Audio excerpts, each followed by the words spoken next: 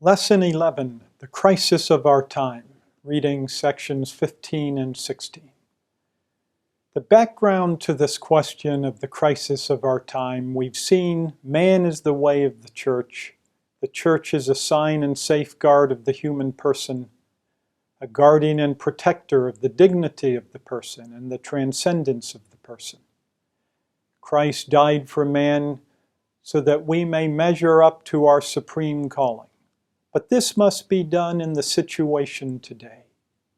The church is aware of threats to the human person and all that seems to oppose this endeavor to make human life more human. John Paul speaks about a solicitude about the whole man. And so he asks the question, what is man afraid of? What is modern man afraid of? This is why we turn to the crisis of our time. The beginning point, or the principle of the encyclical, the life of Christ Redeemer. And we've considered the incarnation and passion of Christ, which are the facts with which he begins. So now turning to the situation of concrete man, that pastoral dimension, the phenomenological or existential one in philosophy. He looks at the obstacles to good human living and wants to name these challenges we face that are at a very deep level so that we can recover our human dignity and our vocation to love. The crisis of our time, in some respect, we have lost the very notion of the crisis of our time because every day is a crisis mode for news cycles. There are continual crises that bring uncertainty, fear, curiosity. We'll spend weeks about a missing plane or just constant time and effort on a fire or political crisis. The economic, political, and educational and social dimensions of life do have an ongoing crisis. We're inundated with the crisis mentality. So to talk about the crisis of our time, as some classical authors speak, is to take us to the deeper level and root, you could say, to find the crisis under all the crises. John Paul II will track a number of issues that persistently cause concern and alarm in the modern world, now on a global scale, as well as on a national and personal one. And he will trace them to some basic principles to discover the fundamental issue is of a spiritual nature. Much like C.S. Lewis in his marvelous book, The Abolition of Man, John Paul II will identify the challenges to human beings that come from the limitations of the modern achievements and modern mentality. To begin with, he will pose questions that he says are being asked with greater or lesser explicitness by thousands of millions of people living in the world today. That's why to get to these questions, he wants to look at what affects all people, not just a philosophical few who debate theory. So he observes the following. He says, the man of today seems ever to be under the threat from what he produces, that is to say, from the result of the work of his hands, and even more so, of the work of his intellect and the tendency of his will. All too soon, and often in an unforeseeable way, what this manifold activity of man yields is not only subjected to alienation, in the sense that is simply taken away from the person who produces it, as the Marxists argue, but rather it turns against man himself, at least in part through the indirect consequences of his effects returning on himself. It is or can be directed against him. This seems to make up the main chapter of the drama of present-day human existence in its broadest and universal dimension. Man therefore lives increasingly in fear. He is afraid that what he produces, not all of it, of course, or even most of it, but part of it, and precisely that part that contains a special share of his genius and initiative, can radically turn against himself. He is afraid that it can become the means and instrument for an unimaginable self-destruction, compared with which all the cataclysms and catastrophes of history known to us seem to fade away. This gives rise to a question: why is it that the power given to man from the beginning, by which he was to subdue the earth, turns against himself, producing an understandable state of disquiet, of conscious or unconscious fear, and of menace, which in various ways is being communicated to the whole of the present-day world and human family, and is a manifestation under various aspects.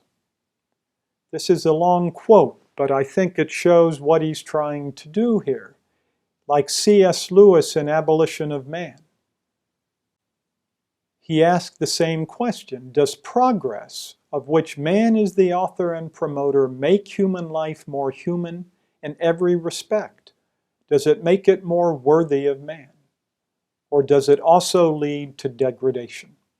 Just as C.S. Lewis pointed to the atomic bomb and the abuse of the media and contraceptives, John Paul II says we need to ask the question: do all these conquests attained until now, and those projected for the future for technology, are they in accord with man's moral and spiritual progress? In this context, he asked, is man as man developing and progressing, or is he regressing and being degraded in his humanity? In men and in man's world, which in itself is a world of moral good and evil, does good prevail over evil? In men and among men, is there a growth of social love and respect for the rights of others, for every man, nation, and people? Or on the contrary, is there an increase of various degrees of selfishness, exaggerated nationalism, instead of an authentic love of country? And also the propensity to dominate others beyond the limits of one's legitimate rights and merits, the propensity to exploit material progress, and that in the technology of production for the exclusive purpose of dominating others and favoring imperialism. That's another long quote from this section, again indicating these are serious questions asked by many throughout the world, exhibiting this fear that our progress also is an opportunity for regress. So let's look more at these signs of the times that indicate a crisis and remind us why the world needs Jesus Christ, the Redeemer of man. These signs are encountered in daily life, as well as in the trends of history, and are a source for fear and anxiety. There are three overall signs he points to. The first is this expansion of technology throughout the world and into every aspect of life. Again, John Paul II is not the first to observe that the expansion of technology is ambivalent. It opens up possibilities for good and evil. It depends on the proper use of technology. It appeals to man's freedom, which must have a moral guide. We're even more aware now of the potential dangers and threats to human well-being from technology. We know the degradation of the environment. We know there are new types of medical technologies. There are invention of new organic forms. For what purposes will these be used? There is the obvious threat of scientific weapons, which have already been used to slaughter and maim thousands and millions of people. And the world continues to increase its stock of nuclear weapons as more nations build them and acquire them. That is the first sign of the crisis of our time. The second sign of a crisis is the rise of political violence and oppression on a vast scale. Totalitarianism on the right and left, Nazism and Stalinism, both used modern techniques of propaganda, social control and violence to enslave entire peoples and classes. Although these were defeated in World War II, forms of political regime or parties embracing these techniques emerge,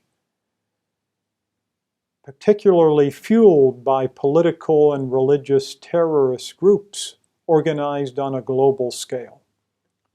The crisis consists not only in the actual threat of these modern ideologies, but the turning of many individuals to a fanatical embrace of such creeds, and the apparent failure of the regimes of liberty to give a coherent and persuasive account of their way of life, to defend the dignity of the person, explain the freedom of the person. This is a crisis.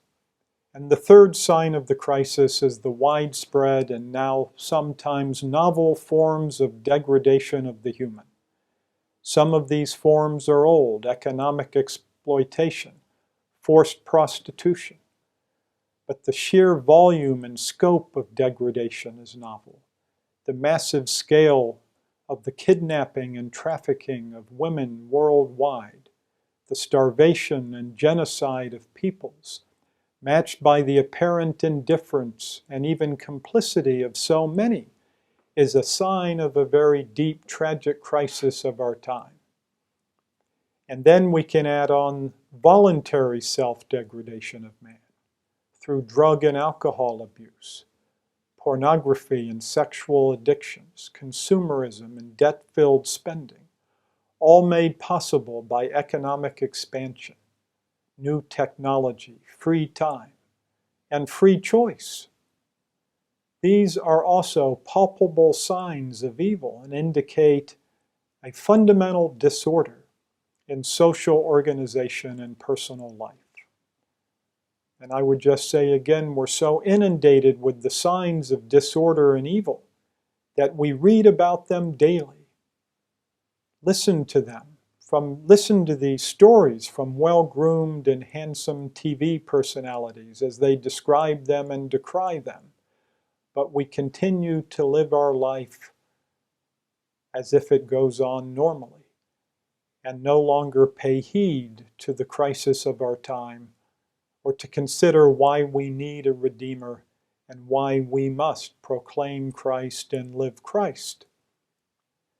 John Paul II will talk about the need to have a priority of ethics over technology, a respect for persons more than things, and a recognition of the superiority of spirit over matter. Those three priorities hearken to philosophical inquiries going back to Socrates and the Apology, but they are unheeded. Reason is weak and ineffectual. There is a deeper origin of the crisis, and I think we can take a clue from Solzhenitsyn, another great Slavic man of the spirit and literary man who said, "Men have forgotten God." Pope John Paul II also believes the signs point to our turning away from God. Solzhenitsyn worked through the political signs of the times to arrive at the core truth of the Redeemer of man. Pope John Paul II develops an experiential and phenomenological account that arrives at this truth. And like Solzhenitsyn, he does see signs and glimmers of hope. But there is certainly a tremendous responsibility, John Paul says, that falls upon the church and the believer. Just as there is a distinct but weighty responsibility that falls upon the political community and the citizen. There is a message and there is a path, and it begins with the Redeemer of man. And that message is amplified for 26 years of John Paul II's leadership. The path is the way of man. It involves a proper understanding of conscience, education, and rights. But at the heart of it is the path of love. It is the path of Christ and the saints. It is the universal call to holiness and the sanctification of everyday life. That is the message of Vatican II. John Paul II, by putting forward the standard of Christ, also talks about natural law. So he said it's in our time, our generation, the time, as he said, was approaching the end of the second millennium and now into the new millennium, that although it shows itself as a time of great progress, is a time of threat in many forms. And that's why the Church must speak of this threat to all people and speak to people of goodwill and carry on a dialogue with them about it. That is what Vatican II's document Gaudium et Spes is all about. It is that the modern situation has removed the objective demands of the moral order. It's reduced the requirements of justice, and even more has forgotten social love. We are dealing here with that which found expression in the Creator's first message to man, at the moment in which he was given the earth to subdue it. And this message was confirmed by Christ the Lord in the mystery of redemption and expressed in the Second Vatican Council in those chapters on the teaching that concern man's kingship.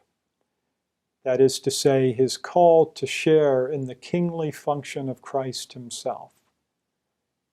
As we will see at the end of Redemptor Hominis, that the essential meaning of kingship and dominion means service. But there is a dominion over the visible world that gives us a foundation for development of technology and progress on this earth. But that priority of ethics over technology and the primacy of the person over things, or the superiority of spirit over matter, I would say constitute those three challenges that philosophy, theology, and politicians, and us in our personal life must think about. It has to do with being over having, he said, being more rather than having more, that self-development, relationships, prayer, should take precedent over acquisition of money, acquisition of land, or the cultivation of prestige. It's the materialism of our civilization, he says, that will drag us down and leads us into a new slavery. This is more than an abstract philosophy, he says, but the very dynamism of life with which he is concerned. It is now reflected very much in our consumer society. Pope Paul VI in Popularum Progressio set out a standard for true and authentic development, and John Paul II refers to it here. It is about an integral humanism. It's an awareness of the whole truth about man, and that includes the values of religion and contemplation. It includes education and good social order as well as the necessities of life. Thus, John Paul II says that no truly human economy will be possible unless these forces that we have unleashed and developed are taken up into and directed and dominated by the deepest powers in man, which decide the true culture of peoples. These are the sources for man's true freedom, and which will be capable of ensuring it in the economic field and all the fields that Gaudium et Spes speaks about as areas of concern. These, of course, are culture, economics, politics, world peace, and the family. Economic progress, he says here, following Pope Paul VI, should not be isolated as a category, subordinating all of human existence to its partial demands, for this would suffocate the human person, break up society, and entangle itself in its own tensions and excesses. He finishes his reflections here by invoking our Lord and the consideration of the Last Judgment. Have you done these to the least of my brethren? This is particularly evident for us Christians when we recall this scene of the Last Judgment and the words of Christ related in Matthew's Gospel. John Paul II says, the eschatological scene, have you fed the hungry? Have you clothed the naked? Our Lord's question should be applied to man's history. He says it must be a measure for human acts as an essential outline as we examine our conscience. I was hungry and you gave me no food, naked and you did not clothe me, in prison and you did not visit me. These words become charged with an even stronger warning when we think that instead of bread and the cultural aid that should be offered to those in need, the new states or nations awakening to independent life are being offered weapons and means of destruction for wars that are not so much a requirement for defending their just rights, but a type of chauvinism. So John Paul II was concerned about the priorities of spending in the world, but he's not here to offer the policies, but to outline principles, and invites us to dig deeper into the crisis, to think about this recoil and threat of technology and the totalitarian attempts to eradicate liberty and self-degradation, these signs of our times. This question of modernity and the crisis of modernity is how some writers have approached the issue in order to recover the ancient wisdom of Aristotle and Plato. John Paul II shares in this revival, if you will, of the philosophy of the ancients. Although he is open to the modern philosophy, particularly in its concern for liberty and self-reflection. But he thinks that liberty is now curtailed by social planning or squandered and made trivial by consumerism, or now reduced by scientific theory or materialism. So the question of freedom and the value of liberty are important points that he thinks this turn to the Redeemer of man and the consideration of Christ have a very profound thing to offer to the modern world, to give us a way to encounter the modern philosophical ideas from Descartes about the mastery of nature, or the Machiavellian idea of the expediency to do evil, and the manipulation of mass men, the acquisition of wealth as put forward by Locke and other modern political philosophers. There is something in the ancient philosophy that appeals to John Paul II, that holds out the contemplative ideal in philosophy. Ancient political philosophy also shunned tyranny, most of all. The life of virtue in one degree or another, and friendship is the stuff of human flourishing. The rediscovery or recovery of these philosophical truths would serve as a check on the unbounded pursuit of liberty and quest for mastery. But John Paul II also thinks we need the rediscovery of the message of Christ. He doesn't stop with the philosophical analysis of the crisis of our times, but goes to the true depth. The true depth we learn from the gospel. We learn from St. Augustine that we must go beyond philosophy and listen to St. Paul and read the gospel. This is what we saw in sections 8 and 9 of The Redeemer of Man about the futility of creation. So here is John Paul II, a concluding thought for us.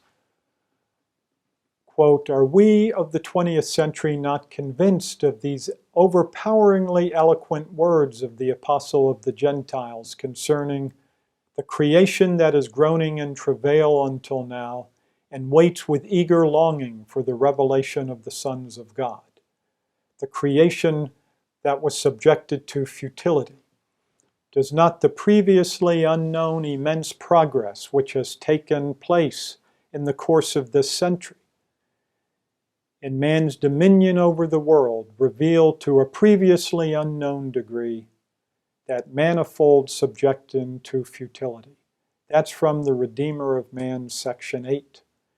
And here we have the crisis of our time, I think, brought to its true measure.